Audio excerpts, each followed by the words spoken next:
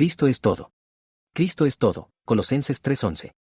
Las palabras del texto que encabeza esta página son pocas, cortas y se pronuncian rápidamente, pero contienen grandes verdades. Al igual que esas frases doradas, para mí el vivir es Cristo, vivo, y ya no yo, sino que Cristo vive en mí, son singularmente ricas y sugestivas. Filipenses 1:21, Gálatas 2:10. Estas tres palabras son la esencia y sustancia del cristianismo. Si nuestros corazones realmente se alinean con ellas, es bien con nuestras almas. Si no, podemos estar seguros de que aún tenemos mucho que aprender. Permítanme intentar presentar a mis lectores en qué sentido Cristo es todo, y les pido, mientras leen, que se juzguen honestamente para que no hagan naufragio en el juicio del último día. Propósito cerrar este volumen con un escrito sobre este notable texto. Cristo es el resorte principal tanto del cristianismo doctrinal como práctico. Un conocimiento correcto de Cristo es esencial para un conocimiento correcto de la santificación, así como de la justificación. El que busca la santidad no progresará a menos que le dé a Cristo su lugar legítimo. Comencé el volumen con una declaración clara sobre el pecado. Permítanme terminarlo con una declaración igualmente clara sobre Cristo. 1. En primer lugar, entendamos que Cristo es todo en todos los designios de Dios concernientes al hombre. Hubo un tiempo en que esta tierra no existía. Por sólida que parezcan las montañas, por inmenso que parezca el mar, por alto que se vean las estrellas en el cielo, una vez no existieron. Y el hombre, con todos los pensamientos elevados que ahora tiene de sí mismo, era una criatura desconocida. ¿Y dónde estaba Cristo entonces? Incluso entonces, Cristo estaba con Dios, y era igual a Dios. Juan 1:1, Filipenses 2:6. Incluso entonces, Él era el Hijo amado del Padre. Me amaste, dice, antes de la fundación del mundo. Tuve gloria contigo antes de que el mundo comenzara. Fui establecido desde la eternidad, desde el principio, antes de que la tierra fuese. Juan 17:5 y 24, Proverbios 8:23. Incluso entonces, Él era el Salvador preordenado antes de la fundación del mundo. Primera de Pedro 1:20, y los creyentes fueron escogidos en Él. Efesios 1:4. Llegó un momento en que esta tierra fue creada en su orden actual. El sol, la luna y las estrellas, el mar, la tierra y todos sus habitantes fueron llamados a la existencia y hechos del caos y la confusión. Y, por último, el hombre fue formado del polvo de la tierra. ¿Y dónde estaba Cristo entonces? Escuche lo que dice la Escritura: todas las cosas fueron hechas por Él, y sin Él nada de lo que ha sido hecho, fue hecho. Juan 1:3. Por Él fueron creadas todas las cosas que están en el cielo y en la tierra. Colosenses 1:16. Y tú, Señor, en el principio estableciste los cimientos de la tierra, y los cielos son obra de tus manos. Hebreos 1:10. Cuando Él preparó los cielos, yo estaba allí, cuando trazó un círculo sobre la superficie del abismo, cuando estableció las nubes arriba, cuando fortaleció los cimientos del abismo, cuando dio al mar su decreto, para que las aguas no traspasaran su mandato, cuando estableció los cimientos de la tierra, entonces yo estaba con Él, como uno que era criado con Él. Proverbios 8:27-30, podemos sorprendernos de que el Señor Jesús, en su predicación, continuamente extrajera lecciones del libro de la naturaleza. Cuando hablaba de las ovejas, los peces, los cuervos, el trigo, los lirios, la higuera, la vid, hablaba de cosas que Él mismo había hecho. Llegó un día en que el pecado entró en el mundo, Adán y Eva comieron el fruto prohibido y cayeron. Perdieron aquella naturaleza santa en la que fueron creados. Perdieron la amistad y el favor de Dios y se convirtieron en pecadores culpables, corruptos, indefensos y desesperados. El pecado se interpuso como una barrera entre ellos y su Santo Padre en el cielo. Si Él hubiera tratado con ellos conforme a sus merecimientos, no hubiera habido nada delante de ellos sino muerte, infierno y ruina eterna. ¿Y dónde estaba Cristo entonces? En ese mismo día fue revelado a nuestros temblorosos padres como la única esperanza de salvación. El mismo día en que cayeron, se les dijo que la simiente de la mujer quebrantará la cabeza de la serpiente, que un Salvador nacido de una mujer vencería al diablo y ganaría para el hombre pecador una entrada a la vida eterna. Génesis 3:15. Cristo fue presentado como la verdadera luz del mundo, en el mismo día de la caída, y nunca se ha dado a conocer otro nombre desde ese día por el cual las almas puedan ser salvadas, excepto el suyo. Por Él todas las almas salvadas han entrado al cielo, desde Adán en adelante, y sin Él, ninguno ha escapado del infierno. Llegó un momento en que el mundo parecía hundido y enterrado en la ignorancia de Dios. Después de 4000 años, las naciones de la tierra parecían haber olvidado completamente al Dios que las creó. Los imperios egipcio, asirio, persa, griego y romano solo habían extendido la superstición y la idolatría. Poetas, historiadores y filósofos habían demostrado que, con todo su poder intelectual, no tenían un conocimiento verdadero de Dios, y que el hombre, dejado a sí mismo, estaba completamente corrompido. El mundo, por la sabiduría, no conoció a Dios. Primera de Corintios 1:21. Excepto por algunos judíos despreciados en un rincón de la tierra, el mundo entero estaba muerto en ignorancia y pecado. ¿Y qué hizo Cristo entonces? Dejó la gloria que había tenido desde toda la eternidad con el Padre y descendió al mundo para proporcionar una salvación. Asumió nuestra naturaleza y nació como un hombre. Como hombre, hizo la voluntad de Dios perfectamente, la cual todos nosotros habíamos dejado sin hacer. Como hombre sufrió en la cruz la ira de Dios que nosotros deberíamos haber sufrido. Trajo justicia eterna para nosotros. Nos redimió de la maldición de una ley quebrantada. Abrió una fuente para todo pecado y contaminación. Murió por nuestros pecados. Resucitó para nuestra justificación. Ascendió a la diestra de Dios y allí se sentó, esperando hasta que sus enemigos fueran puestos por estrado de sus pies.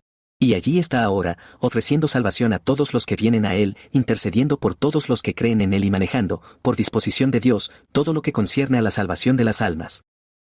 Vendrá un tiempo en que el pecado será expulsado de este mundo, la maldad no siempre florecerá impune, Satanás no reinará siempre, la creación no siempre gemirá. Habrá un tiempo de restitución de todas las cosas. Habrá un cielo nuevo y una tierra nueva, en los cuales habitará la justicia, y la tierra estará llena del conocimiento del Señor como las aguas cubren el mar. Romanos 8:22, Hechos 3:21, Segunda de Pedro 3:13, Isaías 11:9. ¿Y dónde estará Cristo entonces? ¿Y qué hará Él? Cristo mismo será el Rey. Él regresará a esta tierra y hará todas las cosas nuevas. Vendrá en las nubes del cielo con poder y gran gloria, y los reinos del mundo serán suyos. Los gentiles serán dados a Él por herencia, y los confines de la tierra por su posesión. A Él se doblará toda rodilla, y toda lengua confesará que Él es Señor. Su dominio será un dominio eterno que no pasará, y su reino será uno que no será destruido. Mateo 24:30, Apocalipsis 11:15, Salmo 2:8, Filipenses 2:10 y 11, Daniel 7:14. Vendrá un día en que todos los hombres serán juzgados. El mar entregará los muertos que hay en él, y la muerte y el infierno entregarán los muertos que hay en ellos. Todos los que duermen en el sepulcro se levantarán y saldrán, y todos serán juzgados conforme a sus obras. Apocalipsis 20:13, Daniel 12:2. ¿Y dónde estará Cristo entonces? Cristo mismo será el juez. El Padre ha entregado todo juicio al Hijo. Cuando el Hijo del Hombre venga en su gloria, entonces se sentará en el trono de su gloria, y serán reunidas delante de él todas las naciones, y él los separará unos de otros, como el pastor separa las ovejas de los cabritos. Todos debemos comparecer ante el tribunal de Cristo, para que cada uno reciba lo que haya hecho en su cuerpo, según lo que haya hecho, sea bueno o malo. Juan 5:22, Mateo 25:32, Segunda de Corintios 5:10. Ahora, si algún lector de este escrito piensa poco en Cristo, que sepa hoy que es muy diferente a Dios. Tú eres de un pensamiento, y Dios es de otro. Piensas que es suficiente dar a Cristo un poco de honor, un poco de reverencia, un poco de respeto. Pero en todos los eternos consejos de Dios el Padre, en la creación, redención, restitución y juicio, en todo esto, Cristo es todo. Seguramente será provechoso considerar estas cosas. Seguramente no está escrito en vano, el que no honra al Hijo, no honra al Padre que le envió. Juan 5:23. 2. En segundo lugar, entendamos que Cristo es todo en los libros inspirados que forman la Biblia. En cada parte de ambos testamentos se encuentra a Cristo, de forma tenue e indistinta al principio, más claramente y de manera más evidente en el medio, plenamente y completamente al final, pero realmente y sustancialmente en todas partes.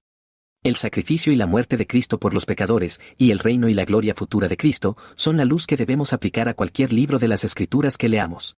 La cruz de Cristo y la corona de Cristo son la clave que debemos mantener si queremos encontrar nuestro camino a través de las dificultades de las Escrituras.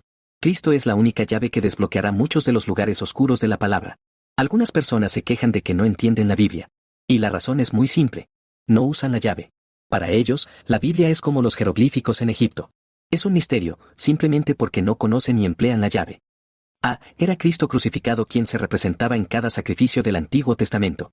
Cada animal sacrificado y ofrecido en un altar era una confesión práctica de que se esperaba un Salvador que moriría por los pecadores, un Salvador que tomaría el pecado del hombre, sufriendo como su sustituto y cargador del pecado, en su lugar. Primera de Pedro 3:18. Es absurdo suponer que una matanza sin sentido de animales inocentes, sin un objetivo definido, podría agradar al Dios eterno. Era Cristo a quien Abel miraba cuando ofreció un sacrificio mejor que el de Caín. No solo era mejor el corazón de Abel que el de su hermano, sino que mostró su conocimiento del sacrificio vicario y su fe en una expiación. Ofreció los primogénitos de su rebaño, con su sangre, y al hacerlo declaró su creencia de que sin derramamiento de sangre no hay remisión. Hebreos 11:4. Era Cristo de quien Enoc profetizó en los días de maldad abundante antes del diluvio. He aquí, dijo, el Señor viene con miles de sus santos, para ejecutar juicio sobre todos. Judas 15. Era Cristo a quien Abraham miraba cuando vivía en tiendas en la tierra prometida. Creía que en su descendencia, en uno nacido de su familia, todas las naciones de la tierra serían bendecidas. Por fe vio el día de Cristo, y se alegró. Juan 8:56. Era Cristo de quien Jacob habló a sus hijos mientras yacía moribundo. Señaló la tribu de la que él nacería, y predijo que la reunión hacia él aún ha de cumplirse. No se apartará el cetro de Judá, ni el legislador de entre sus pies, hasta que venga Shiloh, y a él se le congregará el pueblo. Génesis 49:10. Era Cristo quien era la sustancia de la ley ceremonial que Dios dio a Israel por mano de Moisés. El sacrificio de la mañana y de la tarde, el continuo derramamiento de sangre, el altar, el propiciatorio, el sumo sacerdote, la Pascua, el día de la expiación, el chivo expiatorio, todos estos eran tantos cuadros, tipos y emblemas de Cristo y su obra. Dios tuvo compasión de la debilidad de su pueblo. Les enseñó Cristo línea por línea, y, como enseñamos a los niños pequeños, por similitudes. Fue en este sentido especialmente que la ley fue nuestro ayo para llevarnos a los judíos a Cristo. Gálatas 3:24. Era Cristo a quien Dios dirigió la atención de Israel mediante todos los milagros diarios que se realizaron ante sus ojos en el desierto. La columna de nube y fuego que los guiaba, el maná del cielo que los alimentaba cada mañana, el agua de la roca herida que los seguía, todo y cada uno eran figuras de Cristo. La serpiente de bronce, en aquella ocasión memorable cuando se envió la plaga de serpientes ardientes sobre ellos, era un emblema de Cristo. 1 Corintios 10:4, Juan 3:14. Era Cristo de quien todos los jueces eran tipos. Josué, David, Gedeón, Jefté, Sansón, y todos los demás a quienes Dios levantó para liberar a Israel de la cautividad, todos eran emblemas de Cristo. Débiles e inestables y defectuosos como algunos de ellos eran, fueron ejemplos de cosas mejores en un futuro distante. Todos estaban destinados a recordar a las tribus a ese libertador mucho más grande que aún había de venir. Y, era Cristo de quien David el rey era un tipo. Ungido y elegido cuando pocos le daban honor, despreciado y rechazado por Saúl y todas las tribus de Israel, perseguido y obligado a huir por su vida, un hombre de dolor toda su vida, y sin embargo finalmente un conquistador. En todas estas cosas David representaba a Cristo. Era Cristo de quien todos los profetas, desde Isaías hasta Malaquías, hablaron. Veían a través de un cristal oscuro. A veces se detenían en sus sufrimientos, y a veces en su gloria que habría de venir. Primera de Pedro 1:11. No siempre marcaban para nosotros la distinción entre la primera venida de Cristo y la segunda venida de Cristo. Como dos velas en una línea recta, una detrás de la otra, a veces veían ambos advenimientos al mismo tiempo y hablaban de ellos en una sola respiración. A veces eran movidos por el Espíritu Santo para escribir sobre los tiempos de Cristo crucificado, y otras veces sobre el reino de Cristo en los últimos días. Pero Jesús muriendo, o Jesús reinando, era el pensamiento que siempre encontrarás predominante en sus mentes. Es Cristo, no hace falta decirlo, de quien está lleno todo el Nuevo Testamento. Los evangelios son Cristo viviendo, hablando y moviéndose entre los hombres. Los hechos son Cristo predicado, publicado y proclamado. Las epístolas son Cristo escrito, explicado y exaltado. Pero a lo largo de todo el texto, de principio a fin, hay un nombre sobre todos los demás, y ese es el nombre de Cristo. Le encargo a cada lector de este escrito que se pregunte con frecuencia qué es la Biblia para él. ¿Es una Biblia en la que no has encontrado más que buenos preceptos morales y consejos sólidos? ¿O es una Biblia en la que has encontrado a Cristo? ¿Es una Biblia en la que Cristo es todo? Si no es así, te lo digo claramente, has utilizado tu Biblia para muy poco. Eres como un hombre que estudia el sistema solar y deja fuera en sus estudios al Sol, que es el centro de todo. No es de extrañar si encuentras tu Biblia un libro aburrido. En tercer lugar, entendamos que Cristo es todo en la religión de todos los verdaderos cristianos en la tierra. Al decir esto, deseo protegerme contra malentendidos. Sostengo la absoluta necesidad de la elección de Dios el Padre y la santificación de Dios el Espíritu para efectuar la salvación de todo aquel que es salvado. Sostengo que hay una perfecta armonía y concordancia en la acción de las tres personas de la Trinidad en llevar a cualquier hombre a la gloria y que las tres cooperan y realizan una obra conjunta en su liberación del pecado y del infierno. Tal como es el Padre, tal es el Hijo, y tal es el Espíritu Santo. El Padre es misericordioso, el Hijo es misericordioso, el Espíritu Santo es misericordioso. Los mismos tres que dijeron al principio, hagamos, dijeron también, redimamos y salvemos. Sostengo que todo aquel que llegue al cielo atribuirá toda la gloria de su salvación al Padre, al Hijo y al Espíritu Santo, tres personas en un solo Dios. Pero, al mismo tiempo, veo una clara evidencia en las Escrituras de que es la voluntad de la bendita Trinidad que Cristo sea exaltado de manera prominente y distinta en el asunto de la salvación de las almas. Cristo se presenta como el Verbo, a través del cual se da a conocer el amor de Dios a los pecadores. La encarnación de Cristo y su muerte expiatoria en la cruz son la gran piedra angular sobre la cual descansa todo el plan de salvación. Cristo es el camino y la puerta, por los cuales solo se puede acercar a Dios. Cristo es la raíz en la que todos los pecadores elegidos deben ser injertados. Cristo es el único punto de encuentro entre Dios y el hombre, entre el cielo y la tierra, entre la Santa Trinidad y el pobre hijo pecador de Adán. Es Cristo a quien Dios el Padre ha sellado y designado para transmitir vida a un mundo muerto. Juan 6:27. Es Cristo a quien el Padre ha dado un pueblo para llevar a la gloria. Es Cristo de quien da testimonio el Espíritu, y a quien Él siempre guía a una alma para perdón y paz. En resumen, le ha placido al Padre que en Cristo habite toda la plenitud. Colosenses 1:19. Lo que el sol es en el firmamento del cielo, Eso es Cristo en el verdadero cristianismo. Digo estas cosas a modo de explicación. Quiero que mis lectores comprendan claramente que al decir Cristo es todo, no quiero excluir la obra del Padre y del Espíritu. Ahora permítanme mostrar lo que quiero decir. Cristo es todo en la justificación de un pecador ante Dios. Solo a través de él podemos tener paz con un Dios santo. Solo por él podemos tener admisión en la presencia del Altísimo y estar allí sin miedo. Tenemos valor y acceso con confianza por la fe en él. Solo en él puede Dios ser justo y justificar al impío. Efesios 3:12, Romanos 3:26. ¿Con qué puede cualquier mortal presentarse ante Dios? ¿Qué podemos traer como argumento para la absolución ante ese ser glorioso, ante cuyos ojos los mismos cielos no son limpios? ¿Diremos que hemos cumplido con nuestro deber hacia Dios? ¿Diremos que hemos cumplido con nuestro deber hacia nuestro prójimo? ¿Presentaremos nuestras oraciones, nuestra regularidad, nuestra moralidad, nuestras enmiendas, nuestra asistencia a la iglesia? ¿Pediremos ser aceptados por alguno de estos motivos? ¿Cuál de estas cosas resistirá el escrutinio de los ojos de Dios? ¿Cuál de ellas nos justificará realmente? ¿Cuál de ellas nos llevará seguros a través del juicio y nos colocará a salvo en la gloria? Ninguna, ninguna, ninguna. Toma cualquiera de los 10 mandamientos y examinémonos a la luz de él. Lo hemos quebrantado repetidamente. No podemos responder a Dios ni una de 1000. Toma a cualquiera de nosotros y examina de cerca nuestros caminos, y no somos más que pecadores. Solo hay un veredicto: todos somos culpables, todos merecemos el infierno, todos debemos morir. ¿Con qué podemos presentarnos ante Dios? Debemos venir en el nombre de Jesús, sin basarnos en otro fundamento, plegando ninguna otra defensa que esta: Cristo murió en la cruz por los impíos, y yo confío en él. Cristo murió por mí, y yo creo en él. La vestidura de nuestro hermano mayor, la justicia de Cristo, es el único manto que puede cubrirnos y permitirnos estar a la luz del cielo sin vergüenza. El nombre de Jesús es el único nombre por el cual obtendremos entrada a través de la puerta de la gloria eterna. Si venimos a esa puerta en nuestros propios nombres, estamos perdidos, no seremos admitidos, llamaremos en vano. Si venimos en el nombre de Jesús, es un pasaporte y un cibolet, y entraremos y viviremos. La marca de la sangre de Cristo es la única marca que puede salvarnos de la destrucción.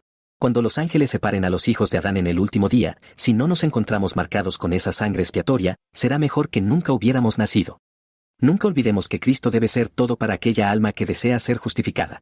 Debemos contentarnos con ir al cielo como mendigos, salvados por gracia gratuita, simplemente como creyentes en Jesús, o nunca seremos salvos en absoluto. ¿Hay alguna alma despreocupada y mundana entre los lectores de este libro? ¿Hay alguien que piensa llegar al cielo diciendo apresuradamente al final: Señor, ten misericordia de mí sin Cristo? Amigo, estás sembrando miseria para ti mismo, y a menos que cambies, despertarás en un dolor eterno. ¿Hay alguna alma orgullosa y formal entre los lectores de este libro? ¿Hay alguien que piensa hacerse apto para el cielo y lo suficientemente bueno para ser aceptado por sus propias obras? Hermano, estás construyendo una Babel, y nunca alcanzarás el cielo en tu estado actual. Pero, ¿hay algún trabajador agobiado entre los lectores de este libro? ¿Hay alguien que quiere ser salvado y se siente un pecador vil? Digo a tal persona: ven a Cristo, y él te salvará. Ven a Cristo y echa la carga de tu alma sobre él. No temas, solo cree. ¿Temes la ira? Cristo puede librarte de la ira venidera. ¿Sientes la maldición de una ley quebrantada? Cristo puede redimirte de la maldición de la ley. ¿Te sientes lejos? Cristo ha sufrido para acercarte a Dios. ¿Te sientes impuro? La sangre de Cristo puede limpiar todo pecado. ¿Te sientes imperfecto? ¿Serás completo en Cristo? ¿Te sientes como si no fueras nada? Cristo será todo en todos para tu alma. Nunca ha llegado un santo al cielo con otra historia que esta: fui lavado y hecho blanco en la sangre del Cordero. Apocalipsis 7:14. Pero, de nuevo, Cristo no es solo todo en la justificación de un verdadero cristiano, sino que también es todo en su santificación. No quiero que nadie me malinterprete. No quiero menospreciar la obra del Espíritu. Pero esto digo, que ningún hombre es verdaderamente santo hasta que viene a Cristo y se une a Él. Hasta entonces, sus obras son obras muertas, y no tiene santidad alguna. Primero debes estar unido a Cristo, y luego serás santo. Sin Él, separado de Él, no puedes hacer nada. Juan 15:5. Y ningún hombre puede crecer en santidad salvo que permanezca en Cristo. Cristo es la gran raíz de la cual todo creyente debe extraer su fuerza para avanzar. El Espíritu es su regalo especial, su regalo adquirido para su pueblo. Un creyente no solo debe recibir a Cristo Jesús el Señor, sino andar en Él y estar arraigado y edificado en Él. Colosenses 2:6 y 7. ¿Deseas ser santo? Entonces Cristo es el maná que debes comer diariamente, como Israel en el desierto de antaño. ¿Deseas ser santo? Entonces Cristo debe ser la roca de la cual debes beber el agua viva cada día. ¿Deseas ser santo? Entonces debes estar siempre mirando a Jesús, mirando su cruz, y aprendiendo nuevos motivos para una caminata más cercana con Dios, mirando su ejemplo y tomándolo como tu modelo. Al mirarlo, te volverás como Él. Al mirarlo, tu rostro brillará sin que lo sepas. Mira menos a ti mismo y más a Cristo, y encontrarás que los pecados que te asedian se desvanecerán y tu vista se iluminará más y más cada día. Hebreos 11:2, 2 de Corintios 3:18. El verdadero secreto para salir del desierto es salir apoyado en el amado. Cantares 8:5. La verdadera manera de ser fuerte es reconocer nuestra debilidad y sentir que Cristo debe ser todo. La verdadera manera de crecer en gracia es hacer de Cristo una fuente para cada necesidad del minuto. Debemos usarlo como la esposa del profeta usó el aceite, no solo para pagar nuestras deudas, sino también para vivir. Debemos esforzarnos por decir, la vida que ahora vivo en la carne la vivo por la fe del Hijo de Dios, quien me amó y se entregó a sí mismo por mí. Segunda de Reyes 4:7, Gálatas 2:20. Siento lástima por aquellos que intentan ser santos sin Cristo. Tu trabajo es todo en vano. Estás poniendo dinero en una bolsa con agujeros. Estás echando agua en un tamiz. Estás empujando una enorme piedra redonda cuesta arriba. Estás construyendo una pared con mortero sin calorías, créeme, estás empezando por el lado equivocado. Debes venir a Cristo primero, y Él te dará su Espíritu Santificador. Debes aprender a decir con Pablo, todo lo puedo en Cristo que me fortalece. Filipenses 4:13. Sí, pero, de nuevo, Cristo no es solo todo en la santificación de un verdadero cristiano, sino también todo en su consuelo en el presente. Un alma salvada tiene muchas penas. Tiene un cuerpo como otros hombres, débil y frágil. Tiene un corazón como otros hombres, y a menudo uno más sensible también. Tiene pruebas y pérdidas que soportar como otros, y a menudo más. Tiene su parte de duelos, muertes, decepciones, cruces. Tiene el mundo en su contra, un lugar en la vida que llenar sin reproche, parientes no convertidos que soportar con paciencia, persecuciones que sufrir, y una muerte que enfrentar. ¿Y quién es suficiente para estas cosas? ¿Qué permitirá a un creyente soportar todo esto? Nada más que la consolación que hay en Cristo.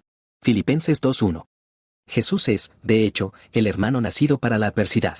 Él es el amigo que se apega más que un hermano, y solo Él puede consolar a su pueblo. Puede ser tocado con el sentimiento de sus debilidades, porque Él mismo sufrió.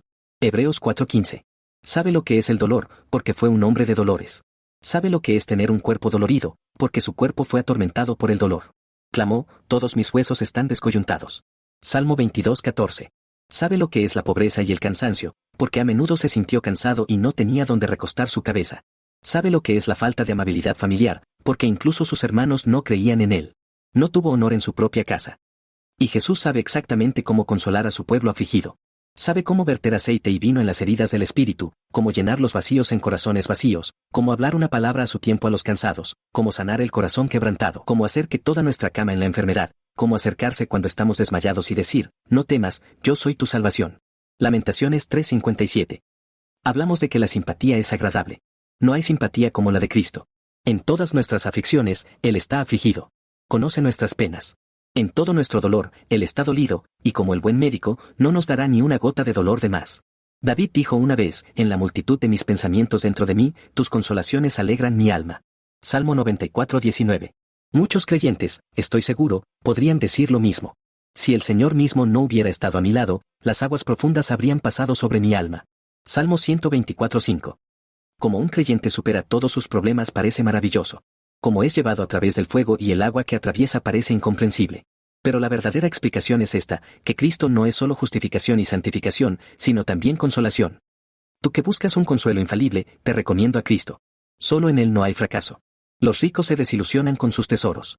Los eruditos se desilusionan con sus libros. Los esposos se desilusionan con sus esposas.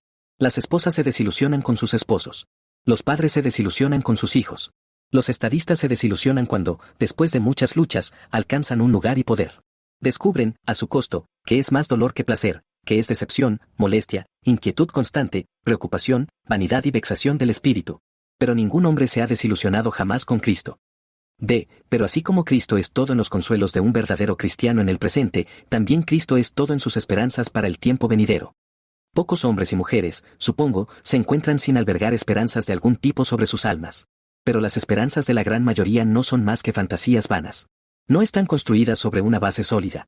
Ningún hombre viviente, salvo el verdadero Hijo de Dios, el cristiano sincero y completo, puede dar una cuenta razonable de la esperanza que está en él. Ninguna esperanza es razonable que no sea bíblica. Un verdadero cristiano tiene una buena esperanza cuando mira hacia adelante, el hombre mundano no tiene ninguna. Un verdadero cristiano ve luz a lo lejos, el hombre mundano no ve más que oscuridad. ¿Y cuál es la esperanza de un verdadero cristiano? Es justamente esta, que Jesucristo vendrá de nuevo, vendrá sin pecado, vendrá con todo su pueblo, vendrá para enjugar toda lágrima, vendrá para resucitar a sus santos dormidos de la tumba, vendrá para reunir a toda su familia, para que estén con Él para siempre. ¿Por qué es paciente un creyente? Porque espera la venida del Señor. Puede soportar cosas difíciles sin murmurar. Sabe que el tiempo es corto. Espera pacientemente al Rey. ¿Por qué es moderado en todas las cosas? Porque espera que su Señor vuelva pronto. Su tesoro está en el cielo, sus bienes aún están por venir. El mundo no es su descanso, sino una posada, y una posada no es un hogar. Sabe que el que ha de venir vendrá, y no tardará. Cristo viene, y eso es suficiente. Hebreos 10:37. Esta es, en verdad, una esperanza bienaventurada. Tito 2:13. Ahora es el tiempo de la escuela, entonces el descanso eterno. Ahora es el agitarse en las olas de un mundo problemático, entonces el puerto tranquilo. Ahora es la dispersión, entonces la recolección. Ahora es el tiempo de sembrar, entonces la cosecha. Ahora es la temporada de trabajo, entonces el salario. Ahora es la cruz, entonces la corona. La gente habla de sus expectativas y esperanzas en este mundo. Ninguna tiene expectativas tan sólidas como un alma salvada. Puede decir, alma mía, espera solo en Dios, de Él es mi esperanza. Salmo 62:5. En toda religión verdadera y salvadora, Cristo es todo, todo en justificación, todo en consuelo, todo en esperanza. Bienaventurado es el hijo de aquella madre que lo sabe, y mucho más bienaventurado es el que también lo siente. Oh, que los hombres se examinen a sí mismos y vean lo que conocen para sus propias almas. 4. Una cosa más agregaré, y luego he terminado. Entendamos que Cristo será todo en el cielo. No puedo extenderme mucho en este punto. No tengo poder, aunque tuviera espacio y tiempo. Me es difícil describir cosas no vistas y un mundo desconocido. Pero esto sé, que todos los hombres y mujeres que lleguen al cielo encontrarán que allí también Cristo es todo. Como el altar en el templo de Salomón, Cristo crucificado será el gran objeto en el cielo. Ese altar llamaba la atención de todos los que entraban por las puertas del templo. Era un gran altar de bronce, de 20 codos de ancho, tan ancho como la fachada del templo mismo. 2 Crónicas 3:4, 4:1. Así de igual manera Jesús llenará los ojos de todos los que entren en la gloria. En medio del trono y rodeado por ángeles y santos adoradores, estará el Cordero que fue inmolado. Y el Cordero será la luz del lugar. Apocalipsis 5:6, 21-23. La alabanza del Señor Jesús será la canción eterna de todos los habitantes del cielo. Dirán con voz alta, digno es el Cordero que fue inmolado. Bendición, honra, gloria y poder, sean para el que está sentado en el trono, y para el Cordero, por los siglos de los siglos. Apocalipsis 5:12 y 13. El servicio del Señor Jesús será una ocupación eterna de todos los habitantes del cielo.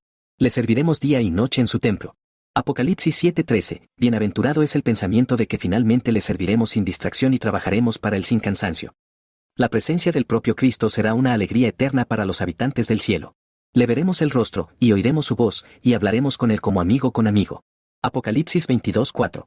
Dulce es el pensamiento de que, sea quien sea el que falte en la cena de bodas, el Maestro mismo estará allí.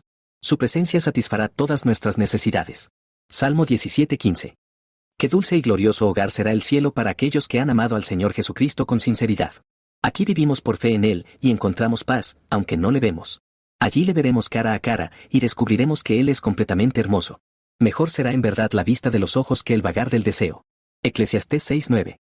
Pero, cuán poco preparados para el cielo están muchos que hablan de ir al cielo cuando mueran, mientras manifiestan claramente no tener fe salvadora y ningún conocimiento real de Cristo. No le das honor aquí. No tienes comunión con Él. No le amas. ¿Qué podrías hacer en el cielo? No sería un lugar para ti. Sus alegrías no serían alegrías para ti. Su felicidad sería una felicidad a la que no podrías acceder. Sus ocupaciones serían una fatiga y una carga para tu corazón. Arrepiente y cambia antes de que sea demasiado tarde. Confío en haber mostrado cuán profundas son las bases de esa pequeña expresión, Cristo es todo.